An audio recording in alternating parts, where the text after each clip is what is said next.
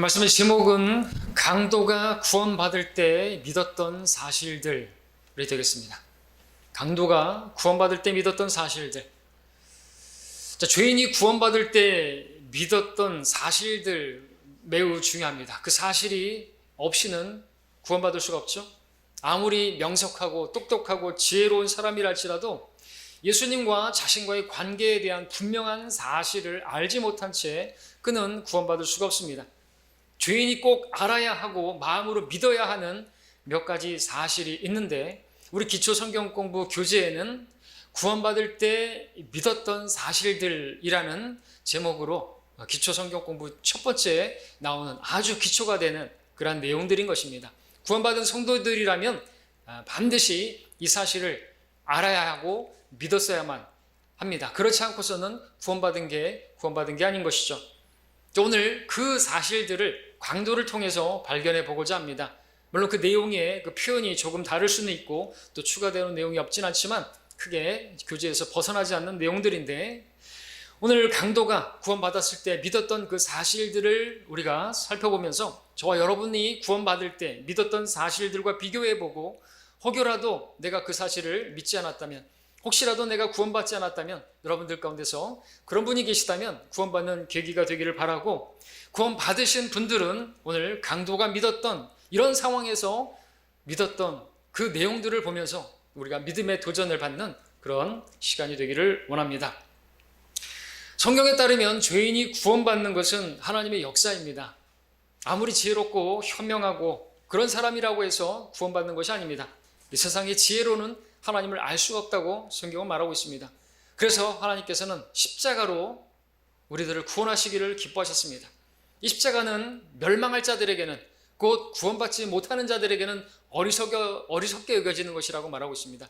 그러나 구원받은 우리에게는 이것밖에는 구원받을 길이 없기 때문에 하나님의 능력에 의한 것이고, 그 구원받을 때 거기에 하나님의 역사가 있었다는 것을 말씀하고 있습니다. 저와 여러분들이 구원받은 것은, 다시 말씀드리지만, 우리가 잘나서 똑똑해서 구원받은 것이 아니라, 베드로가 예수님에 대하여 신앙 고백했을 때 요나가 아니라 바요나 시모나, 그죠?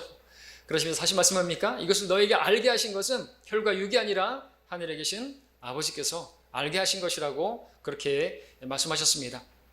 살아계신 하나님의 아들이시고 그리스도시고, 우리는 바로 그분을 구세주로 믿은 것 역시나 우리에게서 난 것이 아니고 혈과 육에 의한 것이 아니라 하나님께서 계시해 주셔서 우리는 알게 된 것이고, 그래서 우리가 믿게 된 것입니다. 아무도 성경에 의하면 성령에 의하지 않고서는 예수를 주라고 시인할 수 없다고 말씀하고 계십니다. 그러니까 알게 되는 것은, 우리가 예수님을 주님으로 십자가에 달려 죽어간 그 죄수 한 사람이, 저 유대 땅에서 죽어갔던 그분이 주님이라고 하는 사실을 믿었다는 것은요, 성령에 의하지 않고서는 우리가 믿을 수가 없는 것이고, 그래서 하나님께서는 어떤 사람이 구원받을 때 반드시 역사하십니다.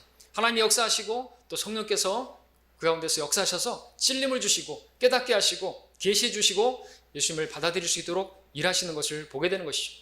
받아들이면 구원받는 것이고, 다 계시해 주셨습니다. 지금도 계시해 주고 계십니다. 근데 그 빛을 거부하는 사람들은 받아들이지 못하는 것이, 않는 것이죠. 자, 오늘 강도를 보게 됩니다. 여러분 아시는 것처럼 이게 행악자라고 본문 이유가 누가복음에서 나오고 있는데, 마태복음, 마가복음에서 보게 되면은 강도로 나오고, 우리 마태복음 27장이나 마가복음에 보게 되면 거기서는 두 강도가 다 처음에는 예수님을 욕하고 예수님을 그렇게 멸시하고 조롱했던 것을 보게 됩니다. 마태복음 27장에 보니까 주와 함께 십자가에 못 박힌 강도들도 이같이 주를 비난하더라 기록하고 있습니다. 하나님께서 역사하셨는데 어떤 한 사람은 그걸 거부했고, 한 사람은 어떻게 돼요? 오늘 우리가 본 누가복음에서처럼 구원을 받게 되는 역사가 있게 된 것이죠. 하나님의 역사를 받아들이고 예수님을 믿은 것입니다. 자, 오늘 본문에서 하나님께서, 성령께서 역사하셔서 이 강도가 발견하게 되고, 그리고 깨닫게 하셔서 믿게 된 그 사실들을 하나하나 우리가 살펴보고자 합니다. 자, 그것은 하나님께서 이 강도에게만 그렇게 역사하신 것이 아니라 구원받은 저와 여러분 모두에게 그렇게 역사하셔서 우리가 믿게 된 것이고 구원받게 된 것이죠. 자, 하나님께서 어떻게 이 사람의 눈을 열어주셨는지, 무엇을 보게 하셨는지, 그래서 무엇을 믿게 하셨는지를 한번 살펴보도록 하겠습니다. 7가지로 말씀드리겠습니다. 자, 첫 번째, 강도가 구원받을 때 믿었던 사실들. 첫 번째는 자신이 정죄받았다는 사실을 믿게 되었습니다. 알게 되었고 받아들이게 됐습니다. 39절을 다시 한번 읽으면, 그때 매달린 행악자 중에 하나가 주를 욕하며 말하기를 내가 그리스도이거든 내 자신과 우리를 구원하라고 하니라. 그러나 그 다른 행악자가 되받아 그를 꾸짖어 말하기를 내가 동일한 정죄함을 받고 있으면서도 라고 말하고 있습니다. 한 강도는 계속해서 예수님을 비난하고 욕하고 저주했습니다. 그러나 한 강도는 자신이 정죄받은 죄인이라는 사실을 지금 고백하고 있는 것이죠. 자신은 정죄받은 하나님의 심판을 받아야 하는 죄인이라는 사실을 알게 된 것이죠. 이처럼 죄인이 구원받기 위해서는 그 무엇보다도 가장 먼저 알아야 할 사실은 바로 자신이 정죄받은 죄인이라는 사실을 알아야 하는데, 바로 성령께서 그것을 깨닫게 해주시는 것입니다. 보여주시는 것이죠. 구원받기 위해서 그래서 알아야 될 첫 번째는 뭡니까? 하나님 앞에 자신이 죄인이라는 사실, 그 정죄받은 사실, 하나님의 진노가 그 사람이 바로 머리 위에 놓여져 있다는 사실을 알아야 하는 것입니다. 그것을 알지 않고서는 결코 구원받을 수가 없는 것입니다. 자신이 죄인이라는 사실을 알고 인정하지 않는다면 그건 첫 번째 단추가 끼어지지 않는 것이고, 그렇기 때문에 더 이상 진도 나갈 수가 없는 것입니다. 예수님의 죽으심, 그분의 장사되심, 그분의 부활하심에 대한 사실을 알기 전에, 예수 그리스도를 구원자로 받아들이기 전에 성령께서는 먼저 그 사람이 죄인이라는 사실을 깨닫게 하십니다. 그들이 자신의 죄로 인해서 그 죽음의 정죄를 받은 자들이라는 사실을 보게 하시는 것입니다. 자, 그런데 사람들은 죄에 대해서, 지옥에 대해서 이야기하는 것을 좋아하지 않습니다. 부정적인 설교를 좋아하지 않습니다. 지옥에 대해서 이야기하는 것을 싫어합니다. 지옥을 가지고 사람들을 겁주는 것은 좋지 않은 설교라고 그렇게 현대 교회들은 말합니다. 하지만 성령께서 누군가를 구원하실 때 가장 먼저 하시는 일은 바로 이 부분인 것입니다. 그러므로 복음을 전하는 사람도, 구령자도 복음을 전할 때 이 부분을 먼저 전해야 되는 것이고 시작해야 하는 것입니다. 정죄받은 죄인이라는 사실을, 그가 죄인이라는 사실을 알게 해야 하는 것이죠. 그것을 전해야 되는 것입니다. 침례 요한이 가장 먼저 전한 말씀은 회개하라는 것입니다. 죄를 지었고 정죄를 받았으니까 회개하라는 것입니다. 예수님도 사역을 시작하시면서 가장 먼저 하신 말씀은 회개하라는 것이었습니다. 죄로 인해서 정죄받았으니까 회개하라는 것이었습니다. 정죄받았기 때문에, 회개해야 용서를 받기 때문에 회개하라는 것입니다. 마찬가지로 성령께서 누군가에게 역사하실 때 그 마음에서 일어나는 그 첫 번째 일은 그 사람이 하나님 앞에 정죄받았다는 사실을 깨닫게 해주시는 것입니다. 여러분들은 복음을 전할 때 그래서 이 부분으로 시작해야 하는 것입니다. 죄인이라는 것을, 모든 사람이 죄를 지었으므로 사람이 죄인이기 때문에 구원받아야 하는 것이죠. 물에 빠진 사람을 건져내려면 그 사람이 물에 빠졌다는 사실을 알게 해야 되죠. 물에 빠지지 않은 사람을 어떻게 구원할 수가 있겠습니까? 그 자신이 물에 빠졌다고 한다면요, 그러면은 이제 자기가 구원받아야 하는 필요를 느끼게 되겠죠. 그러면은 뭐라도 붙잡게 되는 것이겠죠. 그러면은 이제 예수님을 붙들 수밖에 없게 되는 것입니다. 우리 주위에는 복음을 전한다고 하면서 죄와 심판과 그 지옥, 정죄에 대해서 아무런 이야기하지 않는 그런 사람들이 있습니다. 다만 그냥 하나님은 사랑이십니다. 예수님은 당신을 사랑하십니다. 사형리 전도지에는 지옥이 나오질 않습니다. 다만 예수님을 자신의 마음의 보좌에 받아들이면 하는 일이 다 질서 있게 돌아간다고 그렇게 이야기하는 내용밖에 없죠. 삼박자 축복, 조영기 목사의 그러한 영혼이 잘 되고 범사가 잘 되고 강건하게 되는 건 그건 복음이 아닌 것입니다. 예수님 믿으면 뭐 다 잘 되는 거, 그것은 사람들의 귀를 즐겁게 해주는, 그것은 잘못된 것입니다. 그렇게 하는 것은 복음을 전하는 것이 아니고 그것은 마귀를 돕는 일이고 그것은 주의 일을 거짓되이 행하는 것입니다. 예레미야 48장 10절에서 주의 일을 거짓되이 행하는 자들은 저주를 받을 것이요 자기의 칼로부터 피를 숨기는 자는 저주를 받을 것이라 말씀하고 있습니다. 하나님의 말씀은 피의 책입니다. 그렇죠? 언약, 새 언약, 구언약 다 피입니다. 피를 숨기면 안 되죠. 예수님의 피를, 그분의 보혈을 숨기면 안 되겠죠. 개혁성경에는 그분의 보혈을 통하여 그것도 또 삭제했는데 골로새서에서 그 피를 숨기면 안 되는 것입니다. 그 피가 우리 죄들을 깨끗하게 했다고, 그분의 죽으심. 그러면 왜 우리가 그 피를 믿어야 되는 것입니까? 왜 구원을 받아야 되는 것입니까? 죄인이기 때문에, 그 죄들을 씻어야 되기 때문에, 그 죄들을 용서받아야 하는 죄인이기 때문에 그렇죠. 어떤 사람들은 하도 주위에서 예수님 믿으라 믿으라 해서 내가 믿어줬어. 절대로 구원받은 게 아닌 것입니다. 믿어준 건 그건 구원받은 게 아닌 것이죠.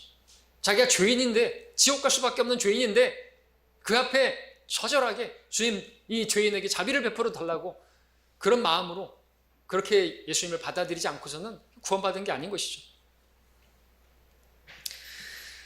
자, 성령께서 역사하시면 가장 먼저 하시는 일이 바로 다른 일이 아닙니다. 방언이 터지게 하는 것이 아니고 다른 것이 아니라 바로 죄에 대해서 깨닫게 하시는 것이죠. 그분이 오시면, 성령께서 오시면 죄에 대하여, 의에 대하여, 심판에 대하여 세상을 책망하시리라 말씀하고 계십니다. 제일 먼저가 뭡니까? 죄에 대해서 말씀하시는 분이시다라는 것이. 성령께서 죄인을 구원하시려고 하실 때 그의 마음에 가장 먼저 역사하시는 것은 그가 죄인이라는 사실, 하나님께 정죄받았다는 사실을 깨닫게 하시는 겁니다. 성령께서 역사하지 않으시면 이것은 도무지 알 수가 없습니다. 그러니까 사람들이 자기 잘난 맛에 살고 있죠. 자기가 대단한 것처럼 우리가 전도지를 주면 짝짝 찢어버리고 그러고 가죠. 참 불쌍한 사람들이죠. 이 세상의 신이 그들의 마음을 어둡게 해서 그 복음의 광채가 그들에게 비치지 못하게 하는 것입니다. 마귀가 그렇게 하는 것이에요. 근데 우리가 눈을 떴습니까? 내가 누군지를 알게 되었습니까? 내가 정죄받은 죄인이라는 사실을 여러분들이 알게 되었습니까? 감사하시기 바랍니다. 이보다 놀라운 발견은 없어요. 소크라테스가 말했다고요? 너 자신을 알라? 너 자신을 알라 그러죠. 몰라요, 몰라. 우리는 알게 됐어요. 우리가 누구죠? 우리는 구원받아야 할 죄인이라는 사실을 알게 된 것이에요. 이게 하나님의 역사였고 성령님의 역사였던 것입니다. 이것을 알게 했다. 이것을 보여주셨다. 이걸로 인해서 우리는 감사해야 되는 것입니다. 이걸 몰라요, 사람들이. 그러니까 구원을 받을 필요를 못 느끼고 있죠. 근데 이것을 알게 됐습니다. 한 가지 아는 것. 첫 시작은 바로 내가 죄인이라는 사실을 알게 된 것이죠. 그냥 이대로 살다가 죽으면 하나님의 정죄의 칼날이 나를 내리셔서 지옥에 떨어질 수밖에 없는 죄인이라는 사실을 알게 됐다는 것이죠. 자, 그것을 강도가 알게 됐어요. 이 불안당 같은 강도가 알게 됐단 말이죠. 두 번째, 강도가 구원받을 때 믿었던 사실. 두 번째는 하나님을 두려워해야 한다는 사실을 믿게 된 것이죠. 40절을 다시 보시면 강도는 말했습니다. 내가 동일한 정죄함을 받고 있으면서도 하나님을 두려워하지 아니하느냐. 자, 성령께서 어떤 죄인에게 그가 정죄받은 죄인이라는 사실을 그렇게 알게 하시면 그 다음에 무엇을 알게 하시니까 바로 하나님을 두려워해야 한다는 것을 알게 하시는 것이죠. 당연하겠죠. 자기가 죄인이라는 사실을 알게 되면 그 죄에 대해서 벌을 받아야 되는데 그 벌하시는 하나님이 계시다는 것을 알게 되면 그분을 두려워해야 되는 것은 당연한 수순인 것이죠. 성령께서 구원받을 사람에게 역사하시면 하나님을 두려워함이 그에게 임하는 것입니다.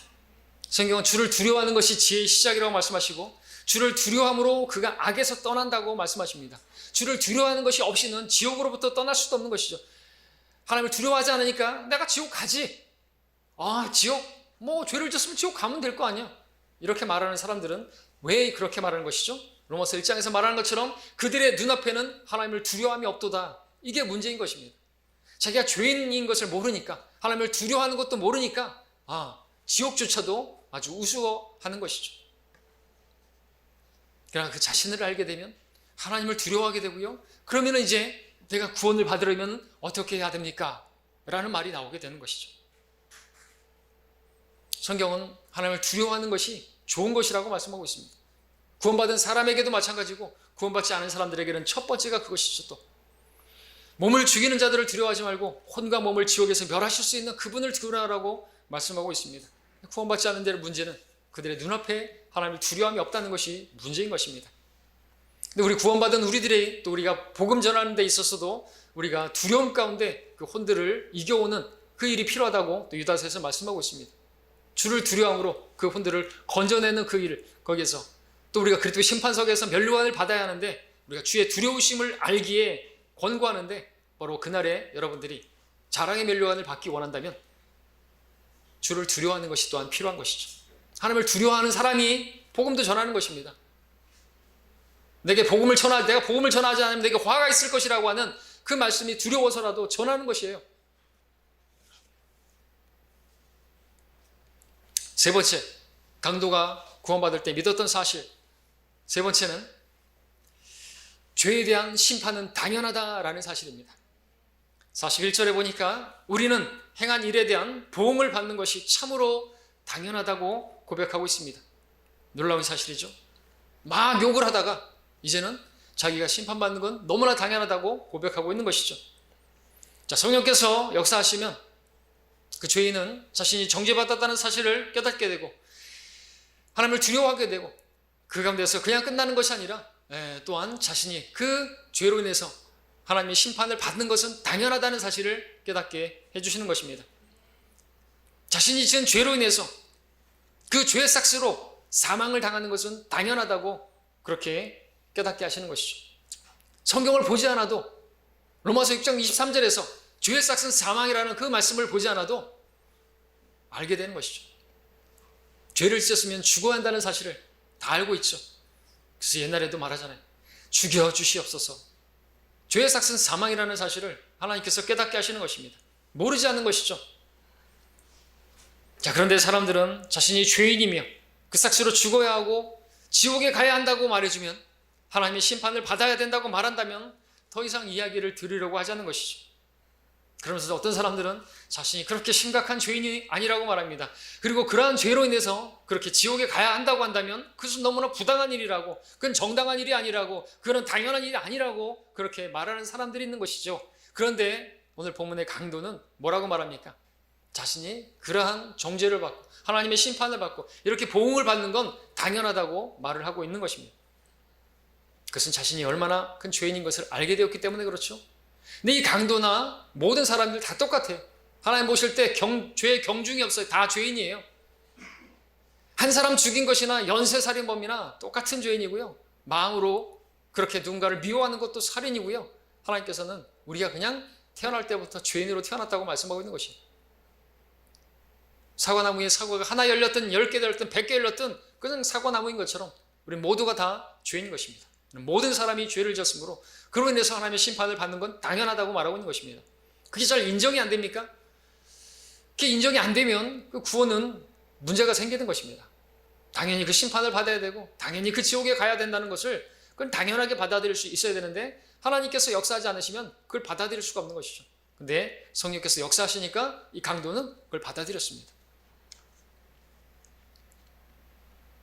자신이 지옥으로 가고 있는 존재라는 사실을 알게 하시고 지옥으로 가는 것은 당연한 결과라는 사실을 알게 하시는 것입니다. 자, 우리가 살펴보는 대로 우리가 아는 것처럼 본문의 이 강도는 몇 시간 전만 해도 예수님을 욕하고 비난하던 그런 사람이었습니다. 다른 강도와 함께 예수님을 욕하던 사람이었습니다. 그런데 지금은 그렇게 예수님을 욕하는 한 강도를 향해서 꾸짖고 있습니다. 어떻게 이 일이 가능한 것입니까? 예수님을 욕하던 사람이 어떻게 예수님을 변호하고 예수님을 그렇게 믿게 된 것입니까? 예수님을 욕하고 자기를 십자가에서 내려주면 믿겠다고 그렇게 야지하던 사람이 어떻게 자기가 정죄받은 것은 당연하고 자기가 그렇게 심판을 받는 것은 당연하다고 고백하게 된 것입니까? 그에게 과연 무슨 일이 일어난 것입니까? 성령께서 그의 마음에 역사하신 것이기 때문에 그렇죠. 그것을 깨닫게 하신 것입니다. 자신이 죄인이며 자신이 죽어 마땅하다는 사실을 깨닫게 하신 것이죠. 하나님의 영께서 그의 마음을 바꿔주신 것입니다. 그의 마음에 빛을 비춰주신 것이고 그는 그 빛 가운데로 나온 것이고 다른 한 강도는 바퀴벌레처럼 그 빛으로 나오지 않고 어둠 가운데로 그렇게 도피한 것이죠. 네 번째, 강도가 구원받을 때 믿었던 사실. 네 번째는 예수님께서 죄가 없는 분이시다 라는 사실을 믿었네요. 알게 되었네요. 41절 전체를 다시 보면 강도가 고백합니다. 우리는 행한 일에 대한 보응을 받는 것이 참으로 당연하지만 이분은 아무 잘못을 행한 것이 없도다. 아무 잘못을 행한 것이 없다. 아무런 죄가 없는 분이시다 라는 것을 고백하고 있습니다. 놀랍지 않습니까? 성령께서 역사하시면 죄인이 자기가 죄인이며 정죄받는 건 당연하고 거기에 따라 심판받는 건 당연하고 그것을 깨닫게 해주시는데 위대한 진리가 아닐 수 없습니다. 그런데 성령께서는 결코 그 자신이 죄인이고 죽으면 당연히 지옥 가야 된다는 사실만 깨닫게 하시고 마는 것이 아니라 예수님께로 인도하십니다. 예수님을 보여주십니다. 여기에 예수님이 계시다. 예수님이 죄가 없는 분이 계시다. 라는 사실을 알게 하신다는 것이죠. 예수님께서 죄가 없는 분이라는 사실을 알게 된 것은 놀라운 발견이 아닐 수가 없습니다. 예수님께서 죄가 없는 분이라는 사실을 깨닫게 되는 것은요, 그건 아무나 깨닫는 게 아닌 것입니다. 성령께서 깨닫게 하지 않으시면, 역사하지 않으시면 누구도 이 사실을 믿을 수가 없습니다. 자, 하나님께서 역사하시면, 죄인의 마음에 일하시면 그가 정죄받다는 사실을 알게 하시고 그 사실을 받아들이게 되면 그를 십자가로 데려가서 바로 하나님의 아들을 보여주시면서 이분은 아무런 죄가 없다는 사실을 그렇게 보여주십니다. 아무런 잘못을 한 것이 없으신 분이 여기 계시다. 한 번도 죄를 지은 적이 없으신 분이시다. 라는 사실을 보여주신다는 것이죠. 자, 이 강도는 갑작스럽게 이런 말을 했습니다. 비방하고 욕하던 예수님을 그렇게 하던 사람이었지만 그의 마음에 놀라운 변화가 있게 된 것이죠. 어떻게 이 강도가 예수님을 죄가 없는 분으로 그렇게 알게 되었을까요? 믿게 되었을까요? 성경 공부를 그 시간에 했을까요? 신학교에 가서 공부를 해서 알게 되었을까요? 주일학교를 다녔기 때문일까요? 목사가 설교하는 것을 들었기 때문일까요? 이 강도는 십자가에서 죽어가고 있었습니다. 그의 목숨은 얼마 남지 않았습니다. 마지막 숨을 내쉬기 전에 성령께서 그에게 눈을 열어주신 것이죠. 구원받을 수 있는 마지막 기회를 주셨을 때 그는 그 기회를 붙잡은 것입니다. 보게 됐어요. 그래서 보게 된 것입니다. 예수님은 죄가 없으신 분이구나. 어쩌면 십자가의 상에서 한 번 하셨던 그 말씀을 그대로 받아들였을 것입니다. 주여, 저들의 죄를 용서하여 주십시오.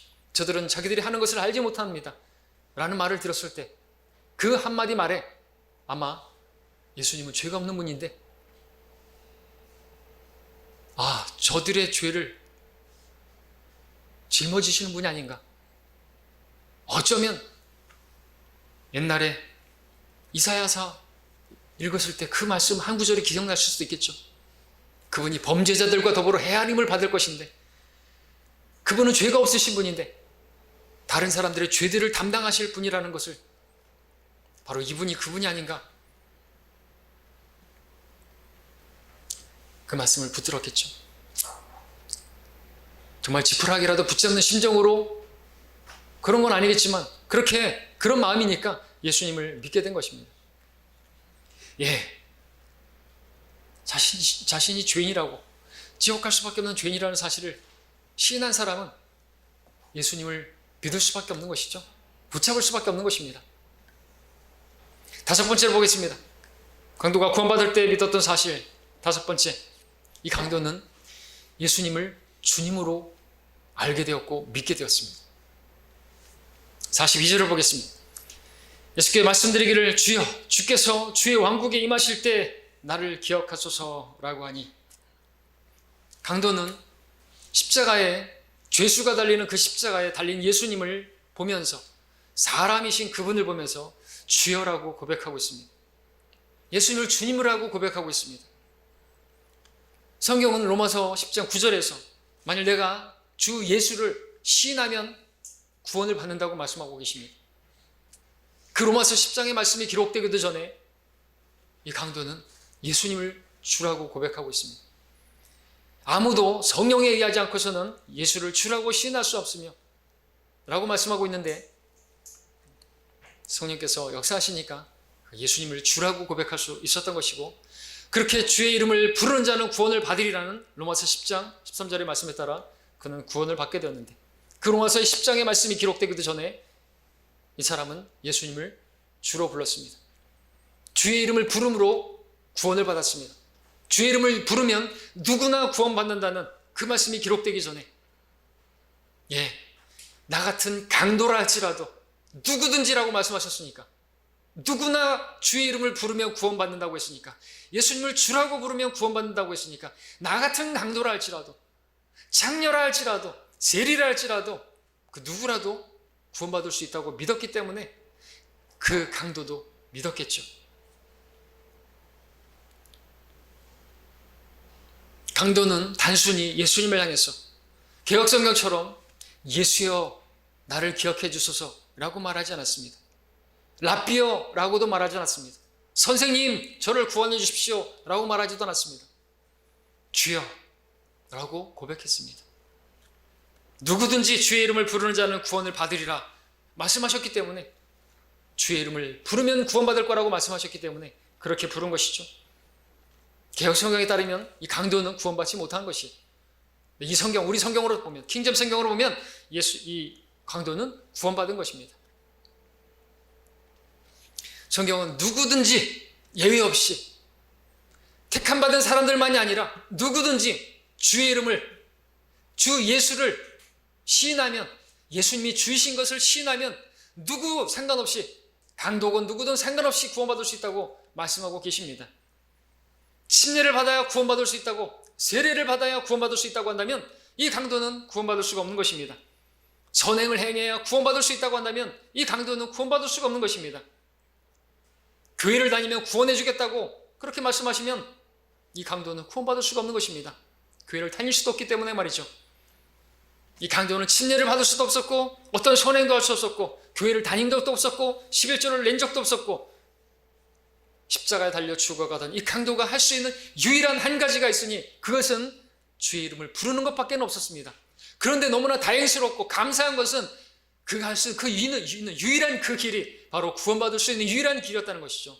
다른 것은 아무것도 할 수 없어도 다만 예수님을 주라고 시인만 하면 구원받을 수 있다고 성경이 말씀하고 계시는데 바로 그 일을 했던 것이에요. 너무나 감사한 것이죠. 이 죽어가던 강도가 무엇을 할 수 있었던 것인가요? 아무것도 할 수 없었어요.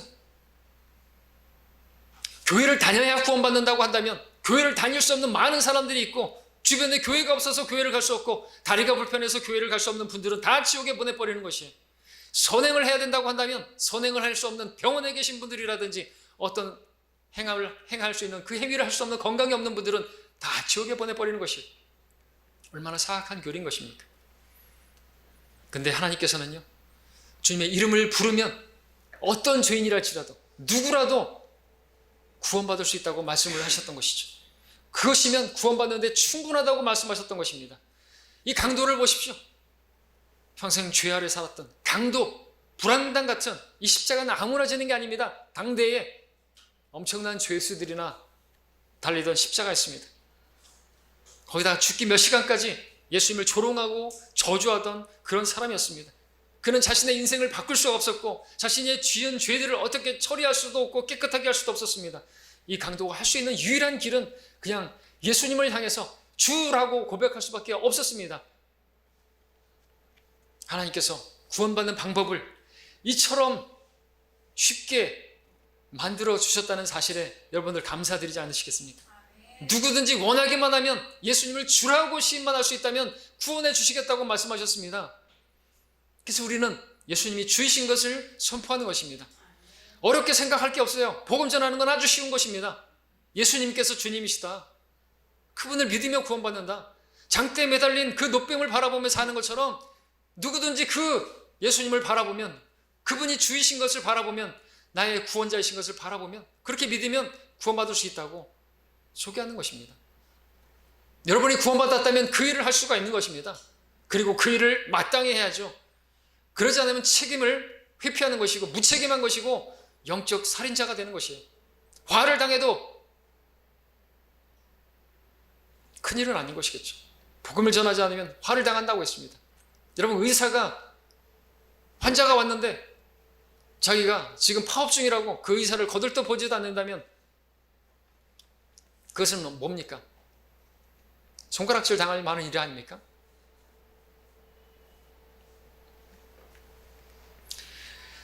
하나님께서 구원받는 방법을 너무나 쉽게 만들었기 때문에, 그래서 하나님께서는 이것이 하나님 앞에 기뻐할 만한 일이니 이는 모든 사람이 구원을 받고 진리의 지식에 이르기를 원하신다 하겠습니다.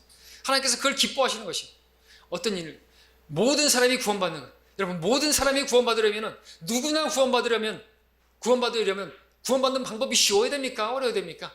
쉬워야 돼요.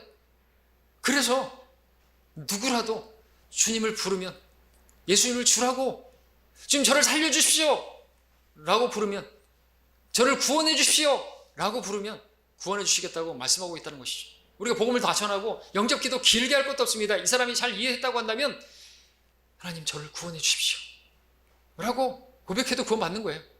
왜? 자기가 죄인인 걸 알았잖아요. 예수님의 그 대속 다 알았잖아요. 그럼 진실로 고백하라고. 하나님, 죄인인 저를 구원해 주시겠습니까? 거기에 다 함축된 것이잖아요. 예수님이 저의 주인이신 것을, 저를 구원하실 수 있는 유일하신 분이신 것을 제가 믿습니다. 사실 이렇게만 해도 되는 거 아닙니까? 길게 할 필요 없어요. 근데 우리가 조금 더 그 사람에게 또 영접하는 그 순간에도 알게 할 필요가 있어서 그분이 죽은 자 가운데 3일 만에 부활하셨, 그분이 하나님의 아들이시고 여러 가지를 섞긴 하지만 제일 중요한 것은 우리가 그 전에 이렇게 순서에 따라서 복음을 다 전했다면 예수님을 주라고 신하시겠습니까? 당신을 구원하실 수 있는 유일한 구세주신 것을 믿겠습니까? 했을 때 마음이 믿으면 구원을 받으리라 했잖아요. 성경 영접 기도는 없습니다. 자, 6번째로 넘어가겠습니다. 이 강도가 또 무엇을 알게 되었습니까? 구원받을 때 믿었던 사실. 6번째는요, 이 강도는 예수님께서 부활이신 것을 믿었다 말할 수 있습니다. 죽어도 다시 살아나시는 부활이요 생명이신 분. 42절을 다시 보시면 예수께 말씀드리기를, 주여 주께서 주의 왕국에 임하실 때 나를 기억하소서라고 말하고 있습니다. 만일 강도가 예수님께서 그렇게 죽으시고 끝나시는 분으로 알았다고 한다면 그러한 분을 향해서 나를 기억해달라고 말을 하는 게 맞지가 않죠. 이 강도가 예수님께서 영원한 생명을 소유한 분이라고 믿지 못했다고 한다면 어떻게 그러한 분을 향해서 나를 기억해달라고 말할 수가 있겠습니까? 십자가 위에서 죽어가는 사람이 십자가에서 죽어가는 사람을 향해서 나를 기억해달라고 부탁할 수 있는 유일한 경우는 그가 죽어도 다시 살아날 수 있다라고 믿는 것밖에는 없죠. 그럼 그렇게 믿은 것이죠. 이 사람은 어떻게 그러한 사실을 알게 되었고 믿게 된 것일까요? 답이 없어요. 하나님께서 하신 것이죠. 성령께서 하신 것이죠. 이 강도가 말입니다. 이런 죄인이 말입니다. 주일학교도 다녀보지 않았을 것이고 무슨 바른 어떤 교육을 받고 교회를 다니고 제대로 했다라고 한다면 강도가 되진 않았겠죠. 그런데 그 짧은 시간에, 이 짧은 시간에 그가 구원을 받을 수 있었다고 한다면요, 우리가 나가서 복음을 전하는 그 짧은 시간에 얼마든지, 다만 하나님께서 역사하시기만 하면, 성령께서 역사하시기만 하면 구원받을 수가 있습니다. 그러니까 우리는 기도하고 나가는 것이고 우리는 전할 뿐입니다. 하나님께서 역사해 주셔서 열매를 맺게 해주시라고. 그리고 우리가 해야 할 일만 하면 되죠. 복음만 전하면 되는 것입니다. 안 받아들이면 이 사람은 이쪽 편에 있는 강도구나 하면 되는 것이죠. 그리고 이 편에 있는 이 강도가 구원을 받고 어떤 사람이 예수님 영접하게 되면 성령께서 하신 것이구나, 하나님께서 하신 것이구나 하고 우리는 하나님께 영광 돌리면 되는 것이죠. 내가 한 게 아닙니다. 내가 하려고 하면 안 되는 것이죠. 하나님께서 역사하신 것입니다. 성령께서 가르쳐 주셨습니다. 내 옆에 달려 십자가에 죽어가는 이분은 아무런 죄가 없는 분이고 이분은 다시 살아날 부활이신 분이시다. 영원한 생명 그 자체이신 분이시다. 이러한 사실을 알게 되었다는 것이 놀랍기만 하죠. 강도는 그것을 알게 되었고 받아들였습니다. 예수님을 주님이라고 부르고 자신을 기억해달라고 간구했습니다. 강도는 예수님께서 다시 살아나실 것을 믿었기 때문에 자신을 기억해달라고 그렇게 간구한 것이죠. 강도는 내가 내 입으로 주 예수를 시인하고 또 하나님께서 그를 죽은 자들로부터 살리신 것을 내가 믿으면 구원을 받으리라고 하는 이 로마서 말씀이 기록되기도 전에 그분께서 주이신 것과 그리고 시인하면 구원받을 것과 그리고 그를 죽은 자들로부터 살리신 것을 믿으면 구원받으리라고 하는 이 로마서 말씀을 기록되기도 전에 그대로 믿은 것이죠. 놀라운 믿음입니다.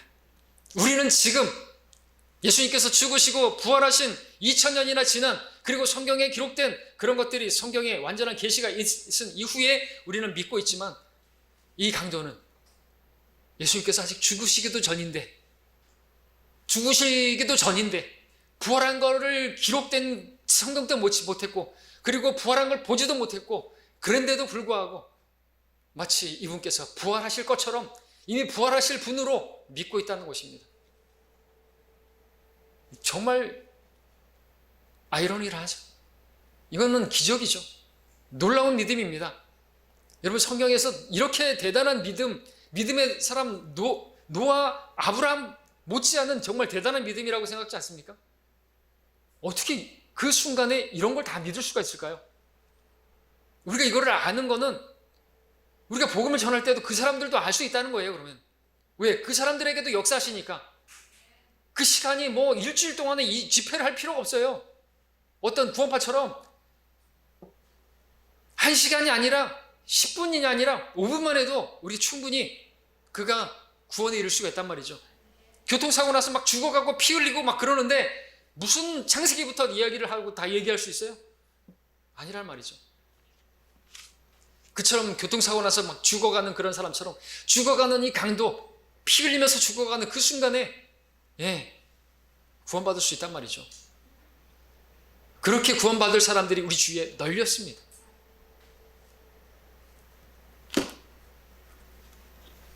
근데 주의 이름을 부르려면 전파하는 자가 없이 어찌 들을 수 있겠냐고 말씀하십니다.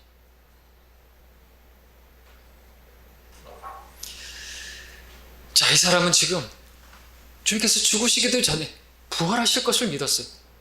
우리는 신약 성경을 다 가지고 있습니다. 우리는 예수님께서 다시 오실 것이고 그분이 만왕의 왕이시고 만주의 주이실 것을 다 알고 있습니다. 온 세상을 통치하실 거라는 것도 알고 있습니다. 우리가 그러한 사실을 지금 알고 있고 믿고 있는 것은 우리에게 바른 성경이 있기 때문이죠. 하나님께서 성경을 주셨기 때문이죠. 그분께서 이미 죽으시고 장사되어서 부활하셨다는 사실을 우리는 알고 있기 때문에 그렇죠.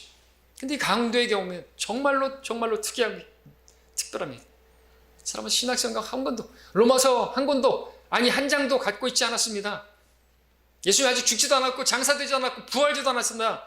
그런데 마치 그분께서 피 흘려 죽으시지만 이런 처참한 모습으로 있지만 그분께서는 부활하실 것으로 믿은 것이죠. 그렇기 때문에 자신을 기억해달라고 그렇게 말할 수 있었던 것입니다. 여러분들도 그분께서 부활하신 걸 믿으시죠? 그렇지 않다면 문제가 있는 것입니다. 마지막으로 7번째, 강도가 구원받을 때 믿었던 사실 7번째는 그분께서 또한 재림하셔서 왕으로 통치하실 것까지도 믿었습니다. 다시 42절에 보니까 예수께 말씀드렸습니다. 주여, 주께서 주의 왕국에 임하실 때 나를 기억하소서라고 하니. 자, 이 부분은 뭐 구원을 받는 데까지 필요 없는 부분이겠지만 이것까지 믿은 것이 진짜 온전한 예수 그리스도를 아는 믿음이 아니겠습니까? 놀라운 것은 지금 이 강도는 머리에 가시관을 쓰고 피 흘리면서 처참하게 죽어가고 있는 그러한 분을 바라보면서 그분을 왕으로 지금 믿었다는 것이, 눈으로 보기에는 정말 어떠하죠? 이사야서에서는 나는 사람이 아니요 벌레라 할 정도로 등에는 그 발꼬랑이 페이지인 것처럼 그렇게 채찍으로 맞아가지고 피가 절절 흐르고 손과 발이 못 박혀 있고 온 몸에서는 피가 흐르고 있고 정말 사람의 모습이 아닌 벌레와 같은 모습이고, 그런 모습을 바라보면서 왕이라고요? 가시관을 쓴 그분을 보면서요? 윤석열 후보가 손바닥에 왕자를 써놨는데 그걸 보면서 여러분들 와, 윤석열이 왕이다 라고 말하는 것하고 거의 비슷한 거 아닐까요? 십자가 위에 명패가 있는데 왕이라고 써있났네요. 유대인의 왕이다. 그걸 그대로 믿은 거예요? 우리에게 기록된 말씀이 있는데 우리 기도 그대로 믿으면 되죠, 그죠?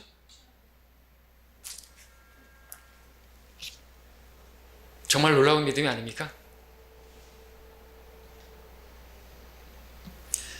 자, 우리에게는 이 강도와 같은 믿음이 있는 것입니까? 우리에게는 바른 성경이 있어요. 온전한 말씀이 있습니다. 좋은 설교들이 있고 인터넷에서 설교들이 있고 좋은 책들이 있고 교제 나눌 수 있는 훌륭한 그리스도인들이 있고 곁에 있습니다. 정말 좋은 환경이 있습니다.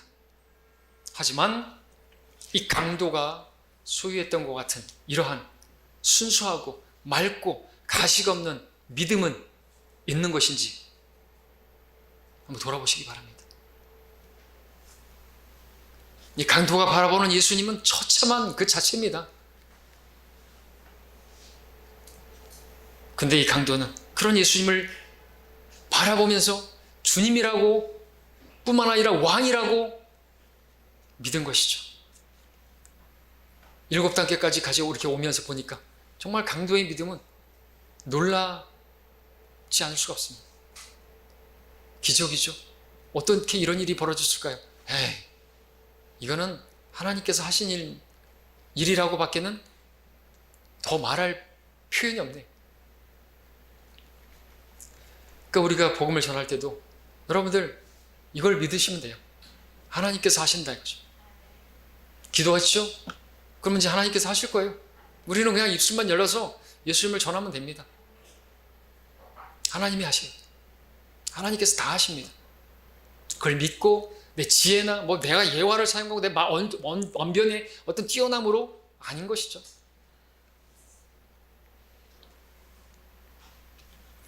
자, 이 강도, 이러한 강도 주님께서는 절대로 결코 잊지 않으시겠죠? 예수께서 이 사람을 어떻게 잊을 수 있을까요? 그렇게 짧은 시간에 그렇게 예수님을 주라고 부르고 또 왕으로 부른 이 사람을요. 예수님께서는 이 사람을 반드시 기억하십니다. 예수님은 사람을 외모로 취하지 않습니다. 세리건 창녀건 죄인이건 강도건 차별하지 않으십니다.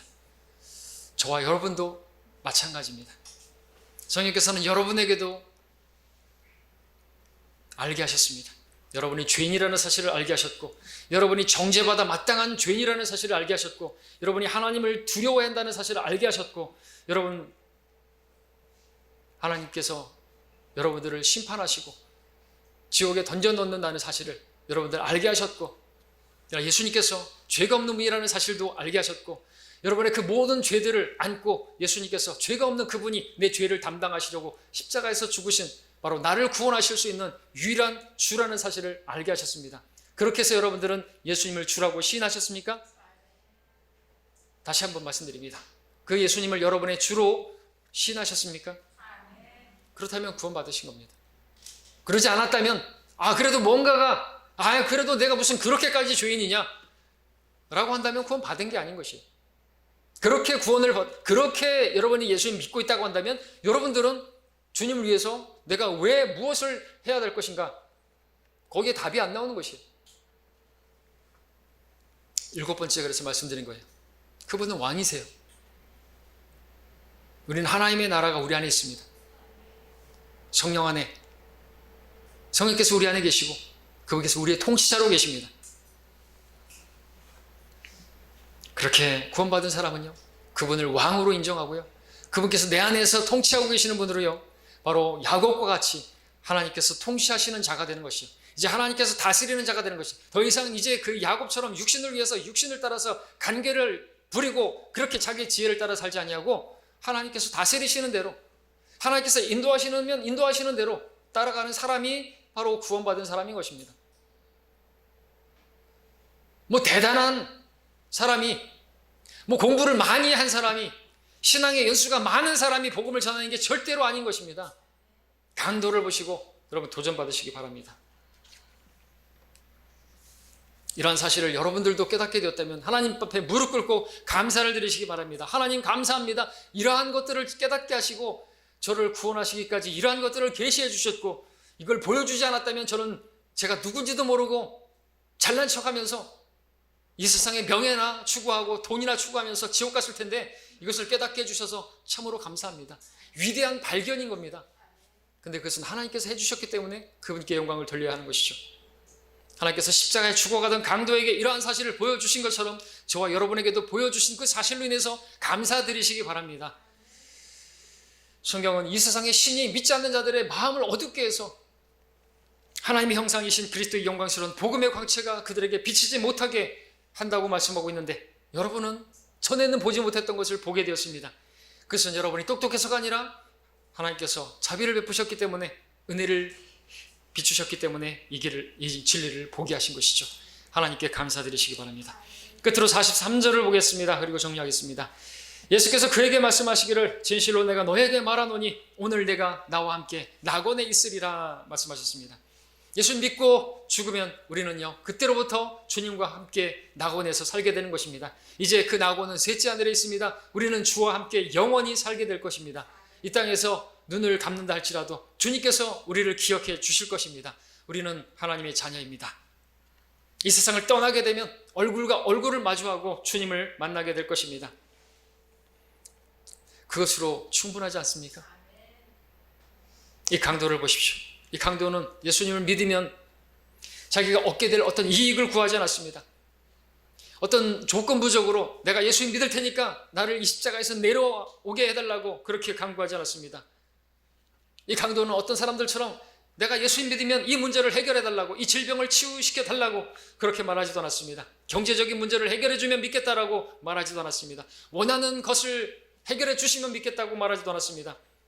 그는 다른 것 요구하지 않았습니다. 예수께서 주시는 어떤 선물들을 요구하지 않았습니다. 그저 예수님께서 나를 기억해 주시기만 하면 그것으로 만족했습니다. 예수님을 부르면서 주님께서 자신을 기억해 주시기만을 바랬습니다. 그것이면 좋겠습니다. 이 세상에서 어떻게 되든 상관없습니다. 십자가에서 내려오지 않아도 상관없습니다. 그렇게 조금 있다가 죽어도 상관없습니다. 이 세상에서 대단하게 되는 것이나 돈을 많이 벌지 않아도 상관없습니다. 좋은 집에 살지 않아도 상관없습니다. 아무것도 상관없습니다. 그냥 단지 예수님께서 나를 기억해만 주시면 그것으로 만족할 수가 있었습니다. 여러분도 그것이면 만족하시지 않습니까? 예수님께서 여러분을 기억해 주신다면 그것으로 만족할 수 있어야 되는 것입니다. 왜냐하면 사람이 온 세상을 얻는다 할지라도 자기 혼을 잃어버리면 아무런 유익이 없기 때문에 그렇죠. 세상 모든 사람들이 여러분들을 기억해주고 여러분들을 칭찬해주고 여러분을 대단한 사람이라고 인정해주면 뭐 할 겁니까? 그분께서 기억해주지 않으신다면 영원을 지옥에서 영원히 고통할 것인데 뭐가 부럽습니까? 이 땅에서의 찬사, 이 땅에서의 영광, 그딴 것이 뭔 상관이 있습니까? 예수님은 여러분을 기억하십니다. 여러분이 죽어도 여러분 낙원에서 저 하늘나라에서 눈뜨게 될 것이에요. 정말로 믿습니까? 지옥 있다고 정말로 믿습니까? 여러분이 어떻게 또 주님을 섬겼는지, 여러분이 복음을 듣고 어떻게 예수님을 전했는지, 여러분의 수고와 여러분의 박해, 여러분이 당하는 고난, 여러분의 인내 다 기억하시는 분입니다. 그리고 그에 따라 보상하시는 분이시라고 합니다. 여러분을 그렇게 기억해 주시는 그분으로 인해서 만족하시고 주의를 넘치게 하지 않으시겠습니까? 기도하겠습니다.